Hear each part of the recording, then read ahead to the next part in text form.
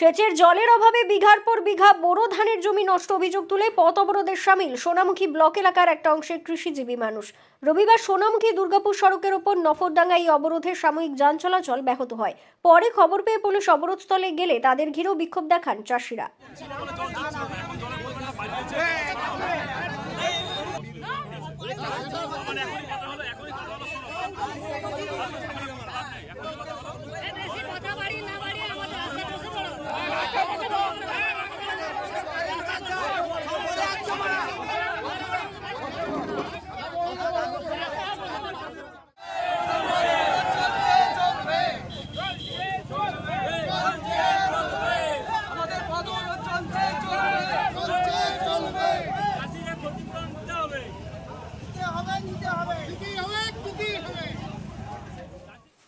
অবরোধকারীদের দাবি, সোনামুখীর মহেশপুর, রাউতরা, গোবিন্দবাটি সহ ওই এলাকার বিস্তীর্ণ ডিভিসির সেচ কানেলের চাষের জল পায়।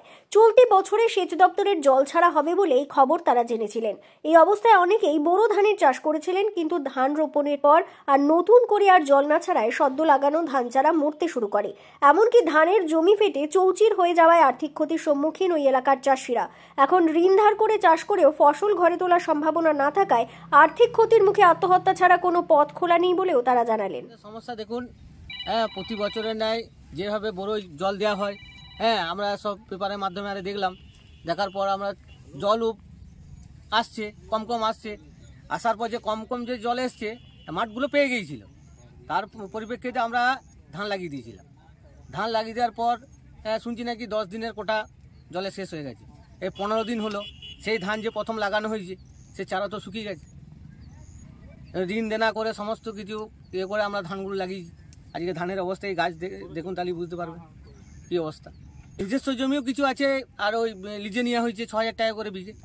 সে চাষের আগে মানে বড়ই জল দিবে বলে সেই খবর পাওয়ার পরই সেই মালিকের কাছে যে 6000 টাকা দিয়ে আমরা অগ্রিম টাকা দিয়েছি, তারপরে সেই জমি আমরা এই জল পেয়ে আমাদের প্রতি অবিচার হচ্ছে, চাষিদের প্রতি অবিচার করছে। কি অবস্থা দেখুন, এই মরে যাচ্ছে। এই ধান যদি মরে যায় তাহলে আমাদেরকে সুসাইড করতে হবে। আমরা কোথায় পাবো? আমরা ঋণ দেনা করে যে টাকা পয়সা মহাজনের কাছ থেকে ধার করেছি, তাহলে আমাদেরকে সুসাইড করতে হবে। জলের অভাবে ধান মরে যাচ্ছে এবং জল যে ছাড়ার কোটা ছিল ছেড়েছে ঠিক কথায়, কিন্তু খুব পরিমাণে কম জল উঠে নেয় আমাদের। অনেক ধান আমরা লাগিয়ে দিয়েছি, যদি এটা আগে ভাগে বলতো কমার্শিয়াল যে না রাস্তার এইদিকে এত চেন অব্দি ধান লাগান, তাহলে সেটা সমস্যাটা সমাধান করা যেত। কিন্তু এখন লাগিয়ে দিয়ে এখনো অনেক জমি কাদা করা পড়ে আছে এবং যেগুলো রোয়াইছি সেগুলো আমাদের মরে যাচ্ছে।